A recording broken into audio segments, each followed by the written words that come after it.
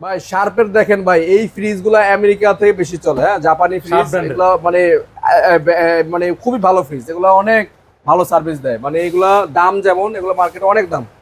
ঠিক আছে, অনেক বড় ফ্রিজ, নো ফ্রস্টের মধ্যে সবচেয়ে বড় ফ্রিজ এগুলা। আমার কাছে এর আগেও কয়েকটা ছিল, এখন নাই ফ্রিজ। মানে এর রেটটা দাম দিচ্ছিলাম 25,000 টাকা, ভাইয়ের ব্লগের জন্য এটা 23,000 টাকা করে দিলাম। অফার করে দেন ভাই, আর 1,000 22,000 টাকা সমান সমান করে দেন ভাই। ভাই সমান সমান কিছু থাকে না ভাই। আচ্ছা তাহলে ঠিক আছে 21,000 করে দেন। আচ্ছা 21,000 টাকা শার্পের কত বড় ফ্রিজ, আমার চেয়ে তো বড়, নো ফ্রস্টের মধ্যে সবচেয়ে বড় ফ্রিজ 21,000 টাকা।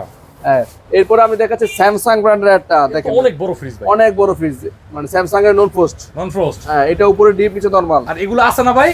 হ্যাঁ সবকিছু আছে, ওয়াশ করার জন্য খুলে রাখছে। আচ্ছা ভাই বলে দেন। এটা দাম দিচ্ছিলাম 25,000 টাকা, ভাইয়ের ব্লগের জন্য এটা 22 না একদম 20,000 টাকা দাম। না একটু কমাই দেন ভাই। আচ্ছা আর 1,000 কম, 19,000 অফার করে দেন, লাস্ট অফার। ও 18,000 টাকা ভাই। 18,000 টাকা, 18,000 টাকা দেন, 18,000 আচ্ছা, টাকা। 18,000 এত বড় টাকা। ফ্রিজ দেখেন, Samsung ওপরে brand-এর এই ফ্রিজগুলোর দাম 2 লাখ টাকা আছে মার্কেটে। 18,000 টাকা ভাই। এরপরে এলজি এক্সপ্রেস কুলার ভাই, একদম ফ্রেশ নতুনের মতো কন্ডিশন। আচ্ছা দরজা কিন্তু অনেক পরিষ্কার পরিচ্ছন্ন, ভিতরে দেখেন, দরজা না, ভিতরটা দেখেন ভিতরে- একদম দুধের মতো সাদা, মানে ইনসাইড দেখেন কি পরিষ্কার, মানে একেবারে নতুন ফ্রিজ। নন ফ্রস্টের একটা ছোট ফ্রিজ, মিডিয়াম ফ্রিজ ভাই। এটা দাম যাচ্ছিলাম ভাই 22,000 টাকা।